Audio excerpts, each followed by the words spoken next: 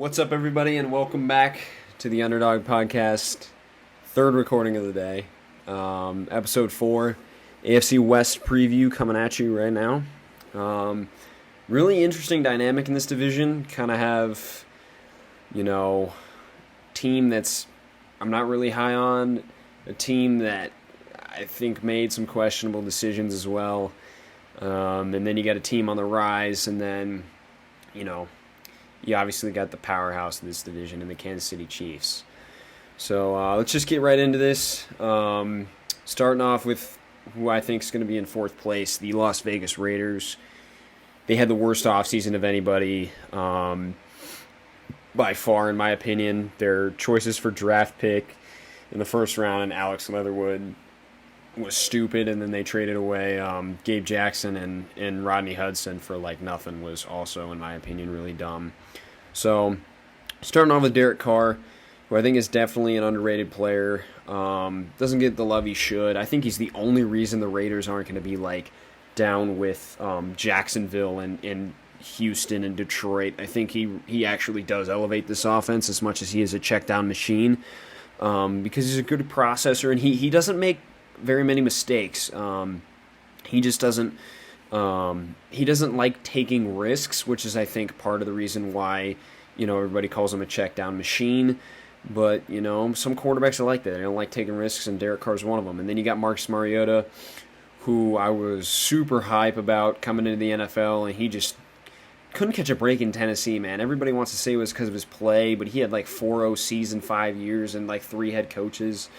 And he just really couldn't get a rhythm going. And there was a couple, he in the playoffs wasn't bad, man. I mean, his comeback win against Kansas City, he had some great moments. It's just he never really, I don't think he got a full opportunity when Mike Vrabel became the head coach, to be honest. And then Nathan Peterman, the meme of the NFL, there is a third quarterback on the roster. At running back, you got Josh Jacobs, Alabama product. Definitely a top 10 running back in the NFL, absolute bruiser, Derrick Henry type. Can't really catch the football, but he's just kind of that pound the rock dude. He's going to wear defenses down, kind of like how they did against Kansas City last year when they beat them at Arrowhead. And then you got Kenyan Drake behind him coming over from Miami. Was never a big fan of Kenyan Drake. I always thought, him going to the 4th round, I was like, why? I mean, and he wasn't great in Miami. And then he was actually better in Arizona. He fit that scheme really well. And why they let him go, I don't really understand. And then he came here. He's going to be a solid backup for sure. Solid change of pace back. Kind of the opposite of Josh Jacobs. Can catch the football a little bit. And then you got Peyton Barber. They pick him up after he was cut from Washington football team. Kind of surprisingly. He's another change of pace back, a little more like Josh Jacobs. He's a powerful runner, smaller guy, but runs with a lot of power, and was really a spark for the football team last year. And then, of course, you got your scat back in Jalen Richard, who's been here a while, currently on IR, though. And then at receiver, you got, your first-round draft pick last year in Henry Ruggs, who really couldn't find a footing in this offense. And they're really going to rely on him to kind of elevate himself this year and really become that true deep threat that they were looking for last year. That really wasn't there the whole year. And really the only time I really saw it was against Kansas City. So he really has to kind of, pick himself back up and say, hey, I need to be better. And then they got Bryan Edwards, who's that, their big body possession guy. Didn't really play a whole lot last year, but I expect him to have a breakout season because they're really high on him, and so am I. I thought that he was fantastic when he played last year. And then you got Hunter Renfro, who's your slot receiver, catching that game-winning touchdown from Deshaun Watson. I think he was a 3rd-round pick, and I thought he should have went higher. I mean, his route running, or actually it was 5th-round pick, sorry. His route running and hands were way better than most of the guys in that draft, and he just kind of got pushed to the side because he was smaller. And then you got Willie Snead coming in from Baltimore to kind of back him up in the slot, veteran receiver in this league. And then Zay Jones, who really hasn't been anything since he's gotten into the NFL. He's more of that Bryan Edwards mold type. physical receiver just really hasn't, kind of separated himself from the rest of the competition. And then at tight end, you got Darren Waller, converted receiver. He's the third best tight end, in my opinion, in pro football. He's just a special athlete at the tight end position, one you don't see very often there. And he's really Derek Carr's go-to guy. If he needs, a critical third down, he's going to Darren Waller every single time. And then he's got Foster Moreau behind him, more of your traditional tight end. And I really like Foster Moreau, and I think he could start some other places, but they have him there. And I feel like they should use more two tight end sets, kind of like, the Hernandez-Gronk dynamic. I think it would really, really actually work. And then they got Derek Carrier there as more of their blocking third tight end. And then a relevant fullback alert and Alec Ingold, who's a good athlete at fullback, kind of like Kyle Juszczyk, using a similar way. And then their offensive line, which has just been decimated. Colton Miller kind of came on last year after really struggling his first 3 years in the NFL, and got a nice contract extension. And then Richie Incognito, who's the veteran. He's a Pro Bowl caliber player. It's just health has been his biggest question. And he was suspended last year too, I believe. And then Andre James and Denzel Good are below average starters. And behind Andre James is Nick Martin, who started the last couple years in Houston, who I think is a better player, probably should start. And even Jermaine Illuminor is behind Denzel Good, was a solid starter last year for New England. I think he should also probably start at guard, maybe even tackle. They should put him at right tackle and bump Leatherwood into guard, who I thought could have been a borderline first-rounder at guard, but more like a second or third-round guy at tackle. And then they also have Brandon Parker and John Simpson as backups there. And then you go to their defense. They improved the pass rush by signing Yannick Ngakoue. I thought it was a smart move. They need somebody who can be that alpha guy, and I think Yannick Ngakoue, after struggling, bouncing around teams, can do that. And then they got Max Crosby, who I think is overrated. He's a good number 2 edge rusher, but he's not number 1. He flashes that those finesse moves off the edge and has some speed. And then they got Cleveland Farrell, who's more of, he's a solid pass rusher, but he's really in there for that run defense. It's kind of what he's known for. Same with Carl Nassib, who's nice depth as well off of the edge. I do like their edge depth a lot. And then they drafted Malcolm Kuntz, who is very raw from Buffalo, kind of like, he's got some power out of Buffalo, kind of where Khalil Mack was from. And then in the interior, you have Jonathan Hankins, who's a nice run defender.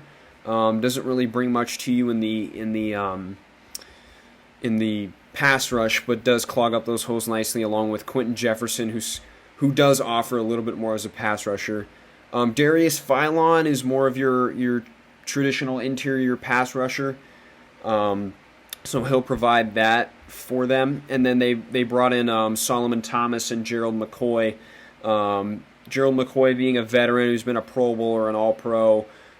He was just hurt last season, I believe, when he signed with Dallas. So we'll see if he can get back into shape and back to being closer to what he was before his injury. And then Solomon Thomas, who's been a tweener between a D tackle and an edge, and has never really found his footing in San Francisco, can never really get going. So we can see if he might have a career rejuvenation there, because the guys ahead of him aren't really great pass rushers, so he's going to get the opportunity to do that. And then their linebackers, which is probably the best thing on this defense. And I don't think this defense is very good at all. Denzel Perryman's your bruiser, reunited with Gus Bradley, who was DC for the Chargers. So he was with Carolina and then got cut and got picked up. And then Nick Kwiatkowski, who also played that Mike. He's more cover-oriented than Perriman. So he's going to be all over the field covering, along with KJ Wright, who they brought in from Seattle, who's been a phenomenal cover linebacker ever since he's come into the league, and has really been underrated for the most part in his career. And then Corey Littleton, who took a step back. I thought that was a great signing for them last year. He just didn't really play well in the scheme. this fits more to him because he's kind of more of that, he's more versatile in being that cover player and everything, and he also dealt with some injuries last year, so hopefully he can get back on the right foot.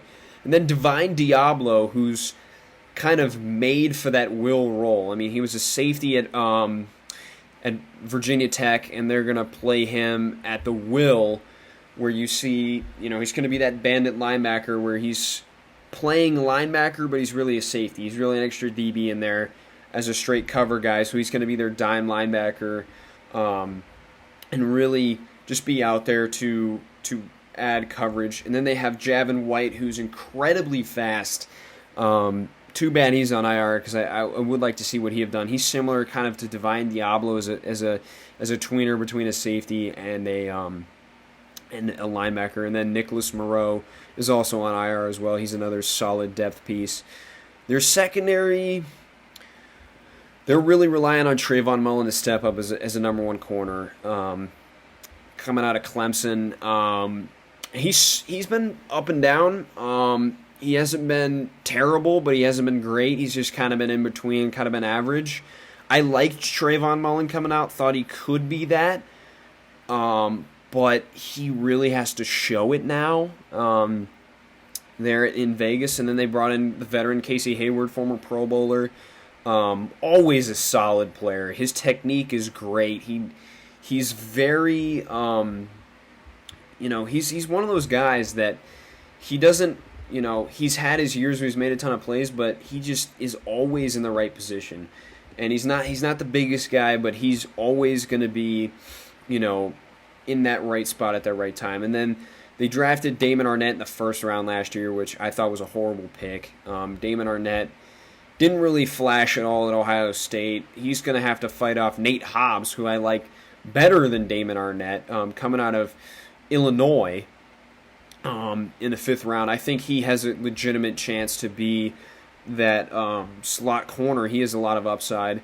And then they also have Amik Robertson, who really is in that mix as well for that slot corner spot. He's very athletic and is able to run that zone coverage that Gus Bradley wants to run. Then you go to the safeties. Trayvon Merrig was a steal in the second round. He could have been their first. If you flip-flopped him and Alex Leatherwood in the first and second round, their draft would have been way better than it was. But Trayvon Merrig should ball out this season. And then Jonathan Abram, who's been a bust at strong safety. He's just your typical back safety, dime a dozen, nothing special about him. Then they brought in Roderick Teamer, veteran player, so he's going to be their third safety. Or I'm sorry, I'm thinking of somebody else. I'm thinking of the other guy on Philly.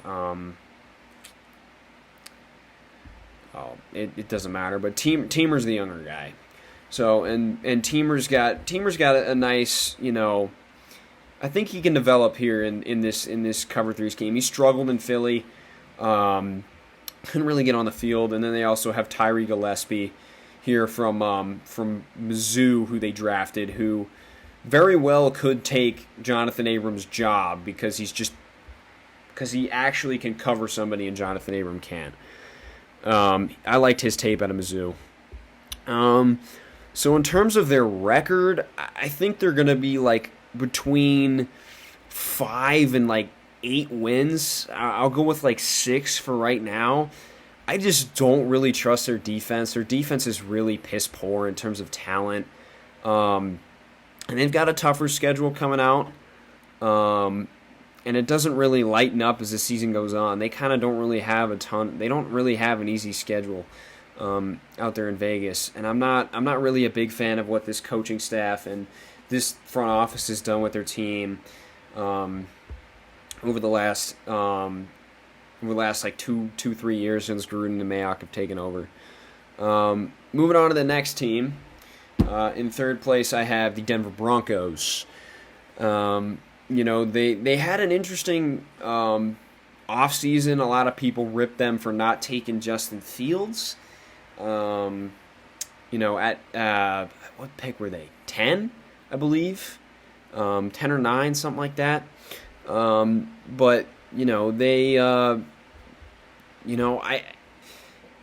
I think they were confident that Drew Lock was gonna be their guy, and he turned out that he wasn't their guy. It turned out that they liked Teddy Bridgewater better. And to Teddy's credit, he has continued to just work his butt off, and he has earned himself another job. You know, he impressed with the Jets enough to have. He traded the Saints, went 5-0 in New Orleans, and then ended up getting to be the starter in Carolina, and then beat out Drew Lock. So congratulations to Teddy Bridgewater. Do I believe it was the right decision? That remains to be seen, because Teddy's way more consistent than Drew Lock, but I felt like Drew Lock was better for their offense, because I felt like they were more of a vertical passing offense. But I was high on Drew Lock. I had Drew Lock as my QB1 in the draft class with Haskins and Daniel Jones, because I just felt like he just had a poise about him that just I hadn't seen from anybody in college, and he has a cannon for an arm. I mean, it's kind of ridiculous, the arm strength that he has. I mean, it was ridiculous. I mean, he kind of reminded me. I thought he was going to turn into what Josh Allen did, and it didn't work out. I mean, he got hurt his rookie year, hurt his thumb in like their third preseason game, because they had the Hall of Fame game that year. And then he came back, was 4-1 as a starter, and looked great. And then week 1, he played okay. They should have won the game, they didn't. And then he got hurt week 2, and then wasn't great when he came back. So I mean, football, you gotta be consistent. He wasn't. Then they got Melvin Gordon, who they brought over from the LA Chargers. Don't know how long he's going to keep his job, to be honest, but Melvin's been a solid back. When he came out and was drafted in the first round, I think there was a lot of expectation on him, and I felt like he took a while to really live up to. I still don't think he lived up to the bill, but it took a while for him to get going. But he was good last year, splitting carries with Phillip Lindsay, and kind of solidified himself at that number 1 back. And then they took Javonte Williams out of UNC, which I thought was a smart pick. I mean, Melvin Gordon's getting up there in age. I think he's like 29 now, and running backs don't last that long. And Javonte Williams really showed out at UNC, and it was a smart pick. But them deciding to cut Royce Freeman, he was kind of like what they needed in a power back. I didn't really understand that move. They instead kept Nate McCrary. So moving on to receivers, Cortland Sutton, I'll say it right now, when he came out, I was like through the roof on this dude. I thought this dude should have been a top 15 pick. He waited around to the second round, and last season he was hurt, obviously, with the ACL tear in week 2, but his 2019 season was incredible. I mean, he was just an absolute monster out there on the field. He's super physical, and he can run. He's like, most big guys struggle with route running, but he's a great route runner. He's very physical at the point of attack. He can go deep. He can play in the slot. He's a very versatile receiver. He's one of my favorite players in the league. Jerry Jeudy was my number 1 receiver last year. Had some drop issues, and I mean, they were juggling quarterbacks. I feel like he's got a year under his belt. I feel like Jerry Jeudy's going to have a very, very good season this year. Best route runner. I think he's right there with Keenan Allen as the best route runner in the NFL, honestly. His route running is ridiculous. I mean, he will literally make dudes like just look stupid. I mean, it is so fun to watch. Then they got Tim Patrick, who emerged with all the injuries in 2019 and really kind of broke out. And then last year with Sutton being hurt, got to play a lot. And he's a physical receiver with some deep speed as well. Similar to Cortland Sutton, just not as good of a route runner. And then they have KJ Hamler, who's your design touches, home run, deep threat. I mean, that's truly what he is. Great return man as well. Wanted New England to take him, but it was a great pick by Denver to snag him last year. And then Deontay Spencer's kind of similar. And then Deshawn Hamilton, who this was kind of his prove-it year, really. Tore his ACL in camp, which was too bad. And at tight end, you got Noah Fant, super athletic freak like Jonnu Smith. I mean, when he gets the ball in his hands and he's running, he's tough to stop because he's a tremendous athlete. Really kind of took a step up in year 2 and had some nice numbers. I think he's got a shot to make a Pro Bowl this season for Denver, being a go-to target of Teddy Bridgewater's. And then you got Albert Okwuegbunam coming from Mizzou, with Drew Lock, and he's very similar to Noah Fant in that vertical threat tight end. He's going to play more of your matchup guy, matching him up on smaller slot corners or linebackers that can't stay with him and just running him up the seam. And then you got Eric Saubert, who's more of a blocking guy, and then Andrew Beck, who's your tight end / H-back. He'll play fullback too. So he's versatile in that as well. And then their offensive line, which I felt like has improved. Garrett Bowles took a huge leap last year after looking like a first-round bust, and he earned that contract. So kudos to him for really stepping up and becoming, an above-average tackle and, borderline Pro Bowler. And then Dalton Reisner, high floor player, never going to be elite, but is he's a solid run blocker. Can get bullied in the pass rush, though, because he is smaller. Lloyd Cushingberry, a lot of people thought he should have been higher drafted. I thought he was drafted around where he should have been. I wasn't as low on him as some other people. But he's got to step it up. He did not have a great rookie season. He did not look very good. And Quinn Miners behind him is a tremendous athlete. The kid from Wisconsin, Whitewater, who could end up taking his job, honestly, by mid-season if Cushionberry doesn't step up. And then Graham Glasgow, maybe the best player on this offensive line, came over from Detroit a couple years ago, and is a great all-around offensive lineman, and he's a great veteran leader for that team. And then Bobby Massey, who's been around for a while, veteran starter, probably slightly above average. Never been elite, but always been a solid starter. And then Netane Moody, who I feel like at some point should get the opportunity to start. He fell in the draft due to injury. He is a phenomenal prospect. Dude just popped at Fresno State. He just could not stay healthy. So look for him, to maybe be the long-term replacement for Graham Glasgow. And then Cameron Fleming, who's, just kind of your swing tackle out of former Cowboy and Patriot. Then going to this D-line, the interior D-line started with Shelby Harris, one of the more underrated players in this league. Really had a nice season last year, had his best season. Shelby Harris is one of the more underrated players and can defend the run and rush the passer. He is very versatile, along with Draymond Jones, who I was high on coming out of Ohio State, had 6.5 sacks last year. Knew it was going to take him a while to develop, but once he has shown that he has some power off that edge, man. And he can play edge and interior. They're putting him mostly interior because you got Chubb and Von Miller. You don't need him out there. And then you have Shamar Stephen, who's a veteran, coming over from, he was with Minnesota for a long time. So he's coming over. He provides some veteran presence back there.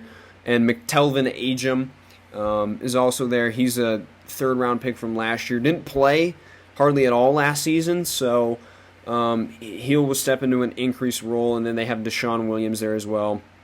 And then on the edge, Bradley Chubb, Von Miller, one of the best duos in all of football. They just wreak havoc, man. And Von Miller's a Hall of Famer. He is just incredible. And then Malik Reed, who in Von Miller's absence last year was really good. Had 8 sacks last year and kind of, tore up New England. So that was a nice late round find by Denver, and good for them to develop him. And then they also have Jonathan Cooper there, as well as other edge depth. He is a 7th round pick out of Ohio State. Definitely has a long way to go. He's definitely a project player. And then your traditional linebacker, you have Josie Jewell and Alexander Johnson. Neither one are phenomenal cover players. They're both they're both very good run defenders. Alexander Johnson being your thumper and Josie Jewell being more of your rangy sideline to sideline guy. And then they have Baron Browning, who I believe they just took in the draft this year out of Ohio State. So he might have an opportunity to play here, especially with their lack of depth behind them. Baron Browning, you'll see him in there from time to time. And then this secondary, excuse me, which behind New England I think might be the second best. So you have Kyle Fuller, who's played in Fangio's defense, obviously over in Chicago when he was DC.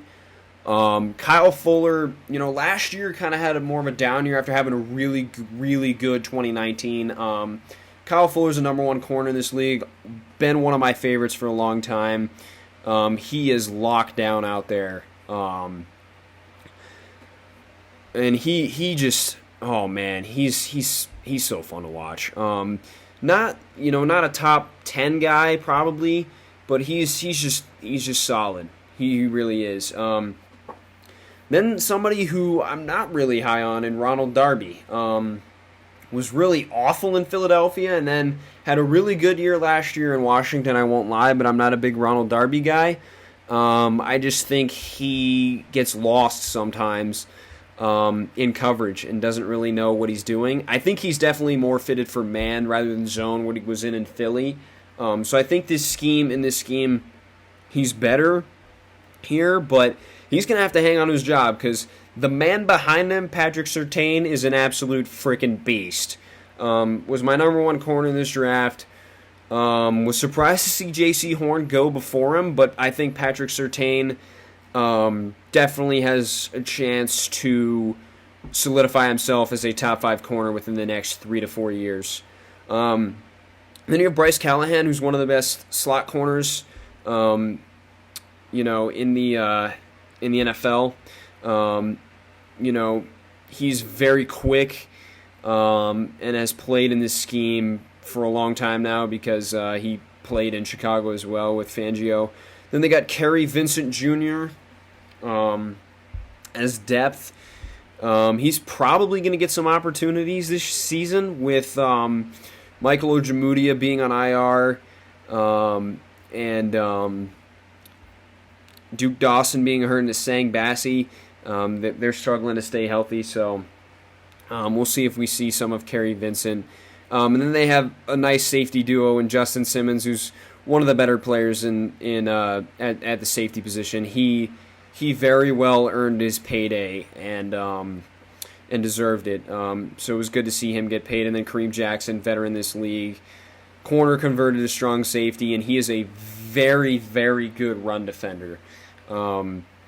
Really, that's where he shines, in my opinion. Then P.J. Locke, Caden Stearns, some solid depth behind them. I think Denver, let's take a look at the schedule here. I think Denver's probably around, let's say, 7 to 8 wins. They have, I think, were they 4th place? I think they were 4th place. Something like that, 3rd or 4th. They have a 3rd place schedule because the Chargers were 4th. So, their schedule's not easy, but I think 7, 8, 9 wins, somewhere in that range. I don't think they'll fight for a playoff spot, but I do think, they made some nice moves. They made some questionable moves. We'll see if they pay off, though. We'll see if that decision at quarterback pays off in Teddy Bridgewater. So So moving on to my second place team would be the Los Angeles Chargers, who definitely had one of the best off seasons this season, no doubt about it. They really they had a nice off season. They had a really good draft. They brought in some really good guys. They hired Brandon Staley as their head coach, which I thought was one of the better hires in pro football. And they are really set up to be, a dark horse Super Bowl contender this year. That's might be a stretch, but they really have a lot of pieces here in Los Angeles. And it starts with their quarterback, Justin Herbert, who I'll be the first to admit, I was not high on Justin Herbert. I thought he was going to be a bust, and he fucking tore it up. I mean, he made defenses look stupid. And we'll say I don't. I still think Joe Burrow's better. That's just my personal opinion. I'm really high on Joe Burrow, more than most people. There's just a couple times a game where you see Justin Herbert just make a stupid decision, like against New England when they went for it. I think it was 3rd or 4th down in their own territory, and he's rolling out to the right, and there's nothing open, and he looks back and throws it across his body, and Chase Winovich steps in front of, I don't remember who he was throwing it to, and picks it off, and I'm like, Justin Herbert, what in the hell are you doing? Like, it's just plays like that just get him in trouble sometimes. And then you have Chase Daniel, veteran backup, was with Detroit and Kansas City and Chicago. They started a few games, and then Easton Stick, who was the successor to Carson Wentz over at North Dakota State, sticking around. Then they got Austin Eckler, one of my favorite players in the NFL. Austin Eckler is truly, he's kind of a poor man's Christian McCaffrey. Not as good of a runner of the football as Christian McCaffrey, but he's a great, or receiver, but he's right below McCaffrey as probably the second best receiving back in the NFL. I mean, he is special coming out of the backfield. He's a great route runner, and he just gets open, man, out of the backfield. And then you got Justin Jackson, out of Northwestern. I think, he's a solid backup. Kind of similar to Eckler, kind of a poor man's Eckler, and has definitely he's when he gets the football, he gains yards. Only had 59 carries last year, but was over 4.5 yards a carry. So Justin Jackson, I liked him at Northwestern. He's a solid backup, and then they have Josh Kelly, who they drafted last year, and he's more their power guy. They chose him over Kalen Ballage, deservedly so, because they drafted him and they expect him to be good. But Anthony Lynn's not there anymore, who's really good with running backs. I think he's actually in Detroit now, so he was very good at developing running backs, so we'll see how Joshua Kelly does without him. Going to receivers, Keenan Allen just might be the best route runner in the NFL, due to special in the slot. He really doesn't get enough credit, I think. In the NFL, I think he's probably a top 10 wide receiver. Keenan Allen, man, he's just the clip I love of Keenan Allen is a couple years back when they played Dallas on Thanksgiving, and he scores like a 40-yard touchdown from Rivers. That's what I think of Keenan Allen, is he just slipping by people. He's like low-key elusive out there, so he doesn't get enough credit. And then you got Mike Williams, who's your typical deep threat, go up, get it type guy, kind of like Kenny Golladay. He hasn't really lived up to that first round billing at all. He really hasn't developed as a route runner or anything. He's just been kind of a deep ball guy out of Clemson, getting picked 7th overall. And you have Joshua Palmer, who they took in the 3rd round this year, who they're really high on. I'm not so high on him. I felt like Teron Johnson was a better go for them, but they believe in Joshua Palmer, so we'll see how that works out. And then they got Jalen Guyton, who's their burner, They also picked over Teron Johnson. I liked Teron Johnson over all these guys, but Jalen Guyton did flash. He had a great game against Tampa Bay. He burned him deep for a touchdown. Had a couple another nice catches. And then you got KJ Hill, who I'm still mad about New England not taking him, man. He lasted till the 7th round, and I felt like he was at least a 4th round guy. I think KJ Hill has an opportunity to earn some reps, and I hope he does. Because I feel he's a better football player than people give him credit for. And then at tight end, they bring in the veteran Jared Cook, been around a long time for multiple different teams, and has really played his best football as of late. He's gotten better as he's, gotten older. So hopefully he can continue to do that. And then Donald Parham, who's a freak athlete, 6'8", I believe, 6'8", 237, kind of more of a receiver, kind of like Darren Waller, but they're very high on him, and I like Donald Parham. He showed some nice stuff last year. And then they have Steven Anderson as kind of their blocking tight end. And then you get to the offensive line. It starts with Rashawn Slater, who I could not believe fell to them at 13. Maybe the best pick in the draft, besides Christian Darrisaw. And we'll get to him when we talk about the NFC tomorrow. But Rashawn Slater is just an absolute freak. He was the best pass blocker in the draft. Immediate plug and play guy. He's going to be elite from day one. Matt Fielder, coming over from Pittsburgh. I thought this was an underrated signing. Matt Fielder's been an above-average starter for a long time, and it's better than anybody they had there last year. Corey Linsley, all-pro center. The Packers are dumb as fuck for letting this man hit the open market and paying Aaron Jones instead of him was stupid. And then Oday Abuji, who's kind of their weak spot in here. He's a below-average starter.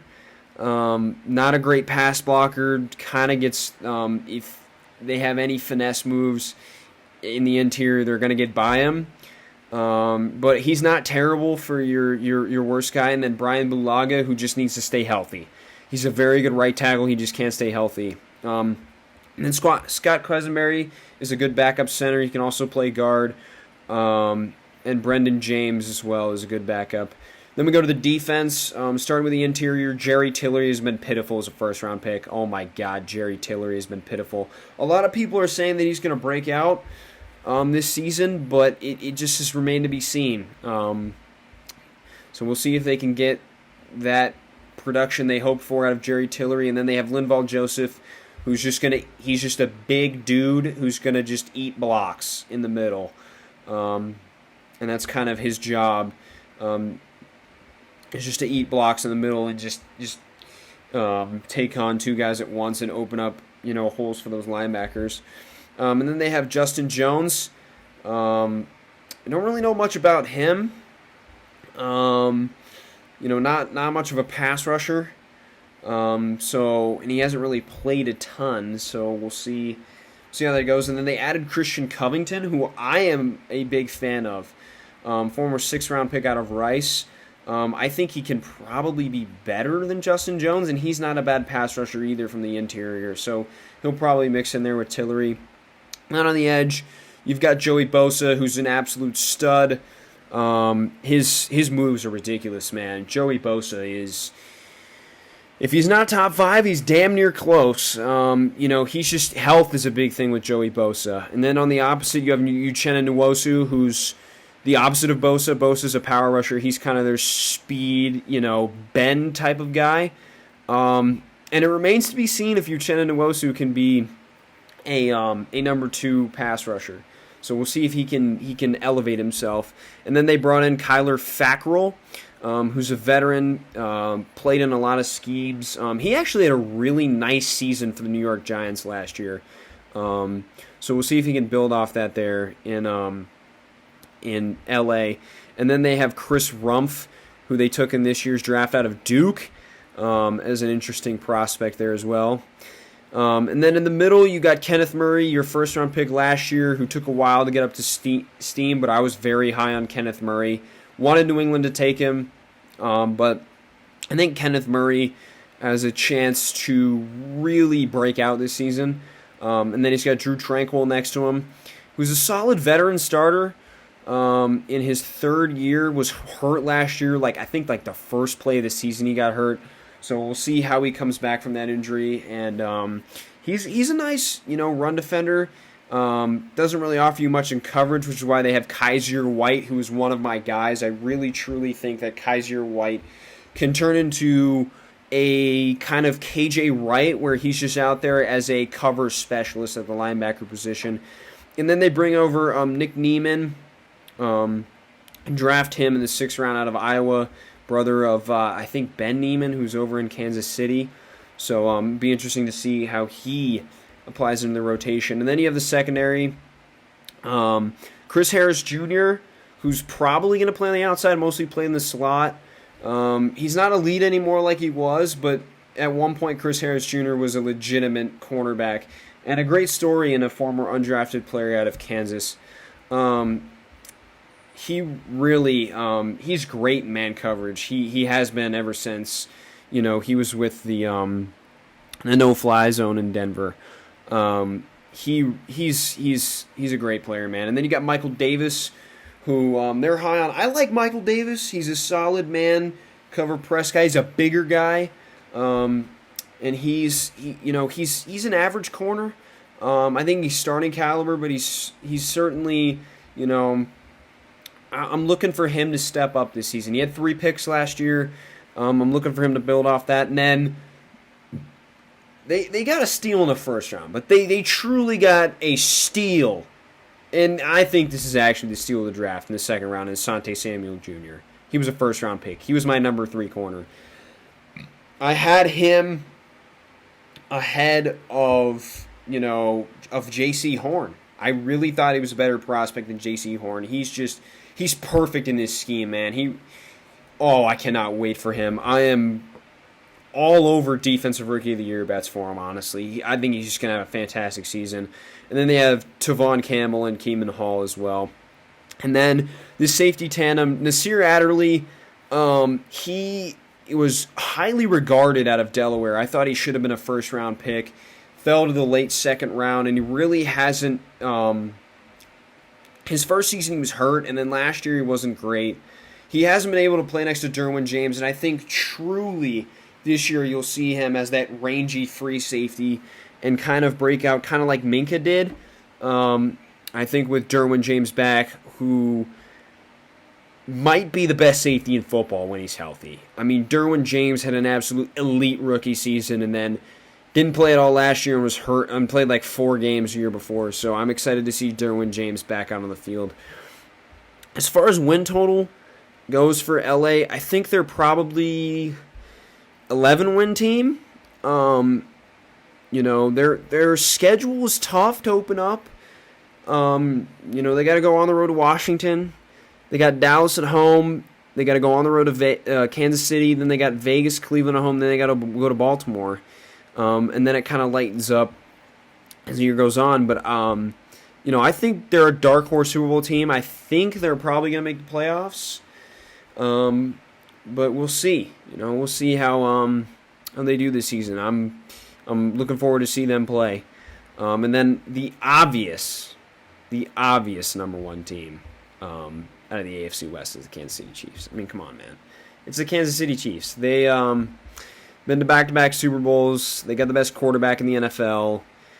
I think that their defense is really the thing that's going to hold them back. But Kansas City is the 2nd or 3rd best team in the NFL. Give or take if you think Green Bay is better than them. But, starting at the quarterback position, Patrick Mahomes, best in the league. Dude's absolutely incredible. I don't need to talk about him anymore. And then the fucking legend, Chad Henne, who I still think he got the first down on 3rd and 19, turned into Lamar Jackson for a play against the Cleveland Browns, giving them nightmares. Sorry, Cleveland fans, for the whole Rashard Higgins thing, but Chad Henne just shat on you. I'm so sorry. He's a veteran, one-time starter for the Miami Dolphins, started games in Jacksonville.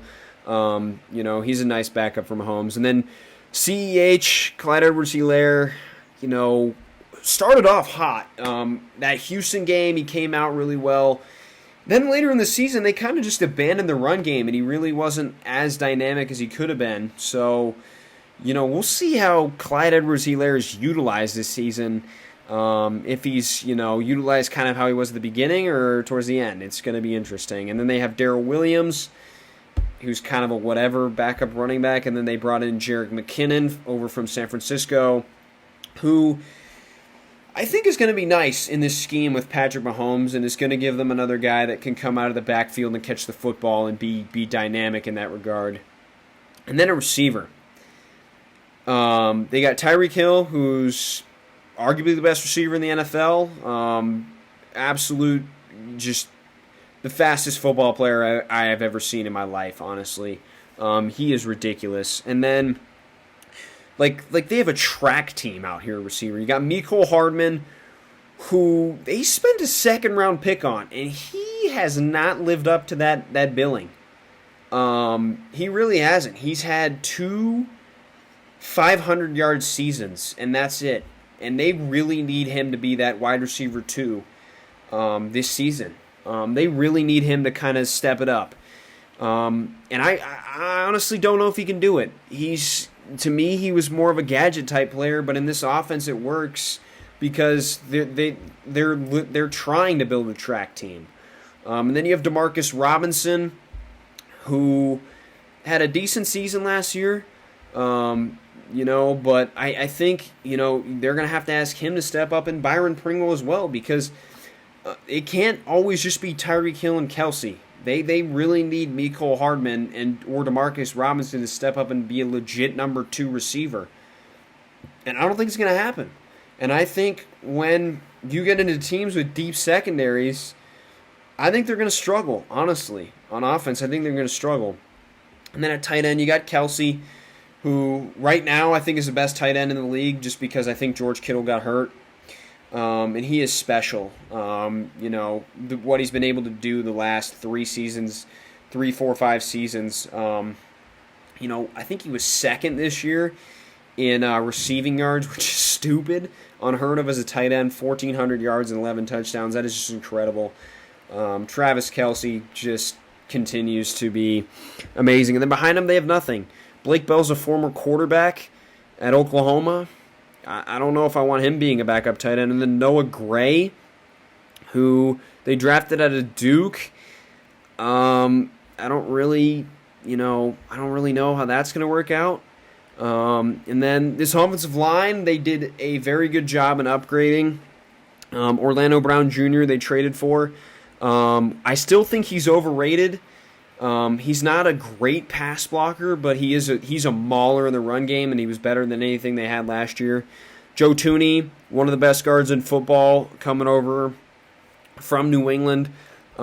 He is a great pass blocker. Probably the best pass blocking guard in football right now. Creed Humphrey, right after the fucking Packers took Josh Myers, they take Creed Humphrey, Kansas City. I mean, it's just the Packers, man. We'll get to them later. But absolute steal in the second round. I thought Creed Humphrey was a first-round pick. So a great pickup there. And then Trey Smith, who I thought was a second-round player who they got in the 6th round. I think it was blood clots why he fell so far. But I think Trey Smith, I don't know if he's going to start. I think it's going to be Laurent Duvernay-Tardif, who's coming back from opting out at COVID. He's a doctor. He has a medical degree, he's an MD, and he was helping fight the COVID-19 vaccine in Canada, so shout out to him. And then they have Lucas Niang, who they drafted out of TCU in the 3rd round pick, going to be starting. He didn't play at all last season. I believe he opted out too, so be interesting to see how Lucas Niang plays. They also have Andrew Wiley there, who's a veteran, and they have Mike Remmers as well to be able to come in and play tackle if Lucas Niang isn't up to par. They also have Austin Blythe at center, who started a lot of games in this league. He could start over Creed Humphrey right away. I don't know if they will do that or not. And then they also brought back Kyle Long out of retirement for more depth. Now moving on to this defense that scares me. I don't know if they're going to be great. Starting on the inside, you have Derek Nottie, who is your typical, run defending defensive tackle, along with Jerron Reed, who they brought over from Seattle. But Jerron Reed actually brings more of a pass rush. He had 6.5 sacks last season, so he's somewhat, more of at least going to give you some pass rush besides Chris Jones, so he can actually bring that, whereas Nottie is just a pure run defender. And then they have Tershawn Wharton, who's in his second year out of Missouri S&T, and Kalen Saunders, who's in his third year out of Western Illinois behind them. I don't really think they're going to bring much to the table. And then out on the edge, you have Chris Jones, who's probably going to move inside to rush, but will play defensive end and base packages. He's. I go back and forth with Chris Jones. I think there's times where he's truly dominant. There's times where he just disappears. And I think that's part to do with the fact that he doesn't have anybody on his team to help him rush the passer. So if they can get something out of Frank Clark this season, who was awful last year compared to what he was in the year they won the Super Bowl, where he was truly dominant as another pass rusher next to Chris Jones. But that remains to be seen, and he's also in some legal trouble with, I don't remember what exactly it was, but he's in some legal trouble. They brought back Alex Okafor, who's a decent rotational pass rusher, has some power moves, and they also have Mike Dana, who they took last year in the draft, as another rotational edge rusher. And then you get to these linebackers.